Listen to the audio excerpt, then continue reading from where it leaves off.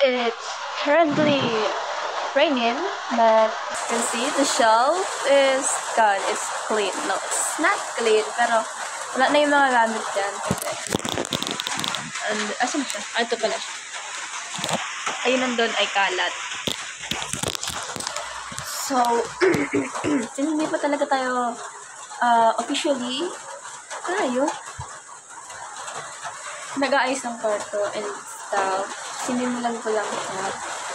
Nagagawa na ako ng decor. Actually, ito mga nakaraang araw, nagawa na ako ng decor. Tapos,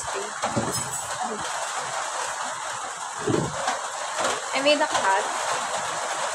Lagyan ko siya ng stick. But since I love cats, I made one na ganito yung design ka. Tapos, may ganito. Siya, ganun kaganda. Pero, it'll work. It'll be fine. And right now, I'm making vines. I'm pushing vines because it's too broke to buy. Ayoko lang mamastos. Kasi wala ko palang meron na tayong anim na lip ngayon. I'm gonna make book. Nag-iisip ako ng ibang design. Maybe pagkatapos nito, sa kanila ako mag-iisip ng iba pang design. Okay, so sakto kakatapos ko palang gawin to. So we made 57 leaves. Ito yung ulo. Ganyan lang sa content. Kahaba. Asa na yung pangalawa? I think ito yung pangalawa. Mas mahaba siya ng konti. Ito yung pinakamahaba. 26, 27 yung leaves nito. So, ang total na 57. At ito lang yung nagawa ko. Nagamit ako ng isang buong skin ng green 5-ply yarn. Saka meron kasi ako scrap yarn ng mga ganito siguro kalaki na binilog ko lang. I think enough na to. Ewan ko kung ano po yung gagawin kong decor. I think more tapestries. Kasi mukhang puro tapestries naman tayo. I'll try to think some new decor. Maybe flowers. I don't know, but so happy with it.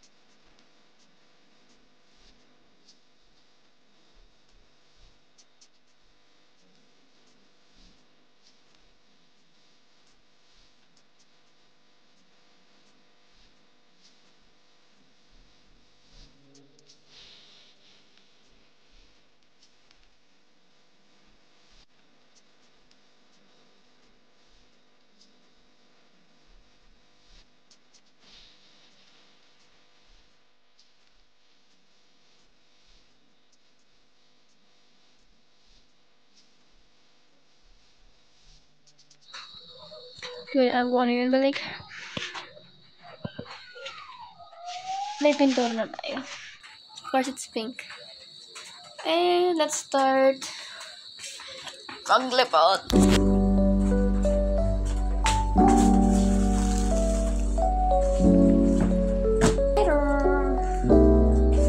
Hi to the camera. Hi, what's up? Invisible camera.